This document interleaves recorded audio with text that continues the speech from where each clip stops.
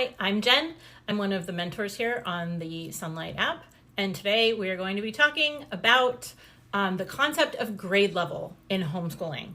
I watched yesterday's Helps and Hacks video with Sunny and Lisa and Christy, and I really like the idea of read this book, don't read that book, why to bother doing some of those things. If you haven't watched the Helps and Hacks yet, definitely go do that. It's linked on the app. But one of the things that struck me as maybe we could have a side discussion about this was the idea of grade level. And it came into the conversation because they were discussing that some books are appropriate, but only at certain levels.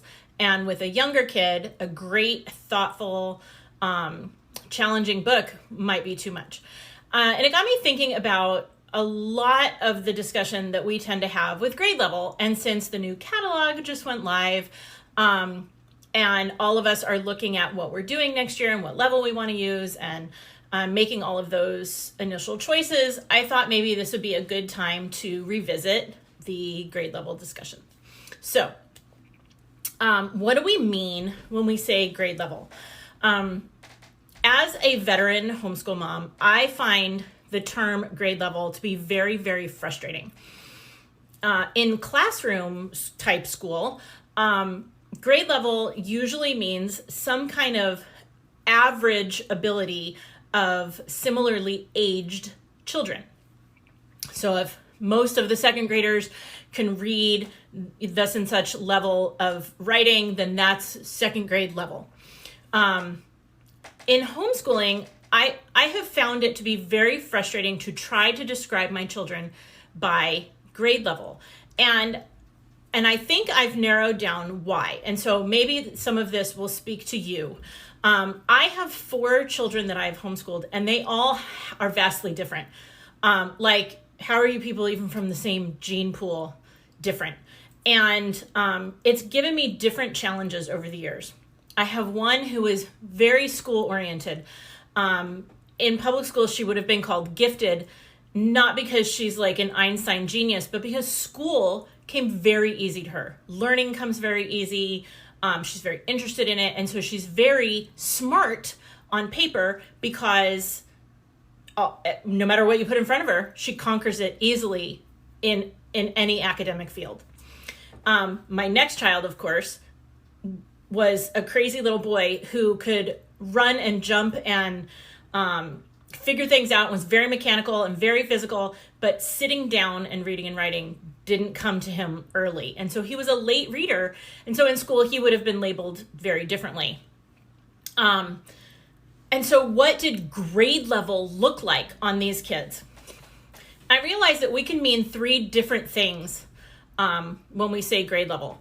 4 different things when we say grade level. One can be age. What grade level is your kid in soccer or cheering or youth group? Well, maybe if you just grade them by their age and they're with their age mates, then they might be a 3rd grader or a 6th grader, like all the other X-year-olds in the group. No problem.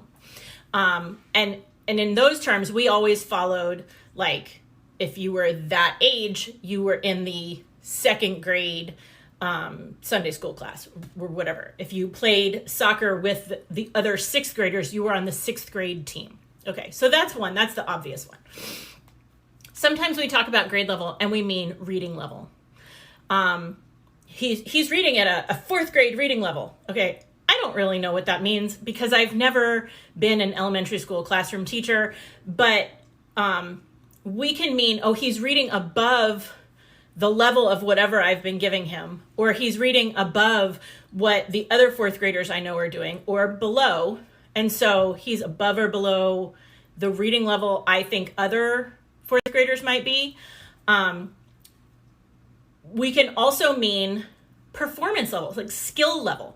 For skill-based subjects like math, writing, like language arts, spelling, those kinds of what we call table subjects, you need to work at your own level. And so if I have a book that says 2nd grade spelling on it, then I might say my child is working at a second grade spelling level, which is fine, but those don't always match up.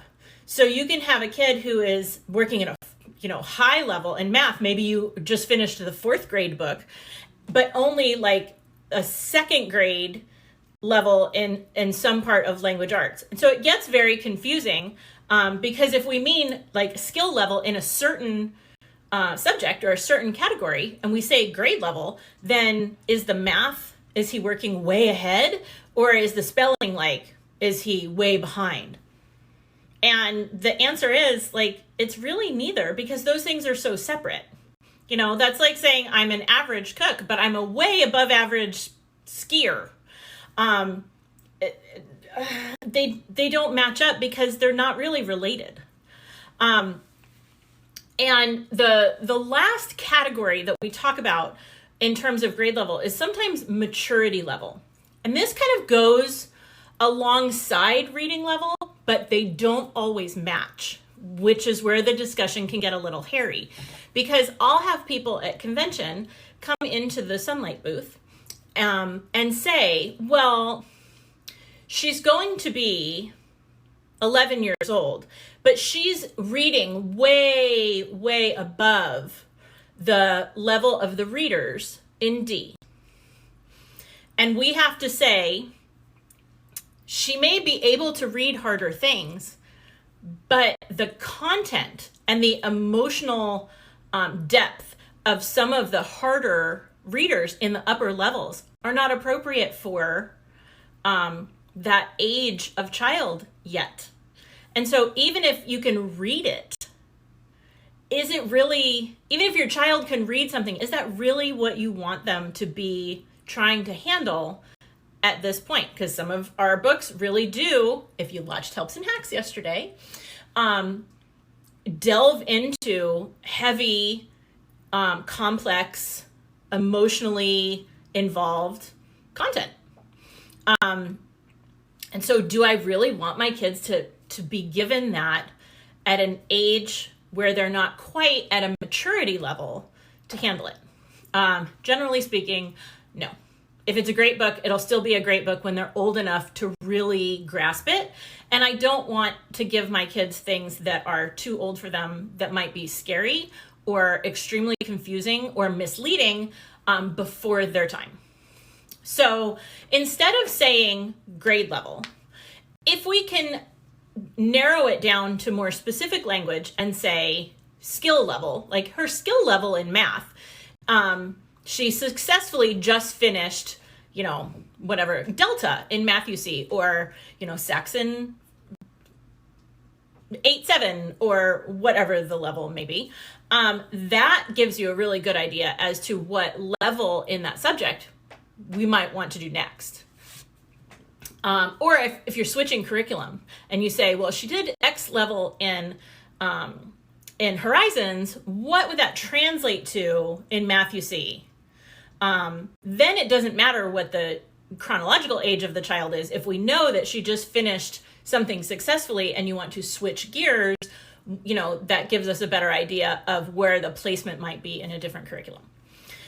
It's much easier to think about that than to just say, oh, well, she's, a really advanced 4th grader.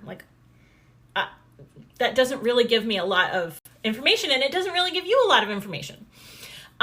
So skill level, reading level, maturity level, these are 3 different things to measure. They're more specific than just thinking of it as grade level or, age, when we say grade level sometimes, that might make choosing next year's curriculum or deciding what to switch gears on, what to just keep going.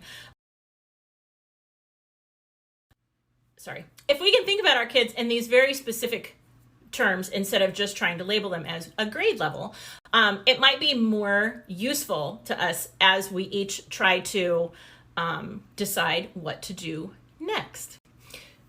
On that topic, the new catalog is live, and it looks so good. I'm so excited about the new catalog. Remember that it is only going out digitally unless you specifically request a print copy, which you do at sonlight.com. So if you have any questions, John is going to post this on the app, and so I'm happy to answer any questions that you guys might have. All the other mentors are always around too. You can always message any of us through the app too. So I will talk to you all soon, and happy choosing.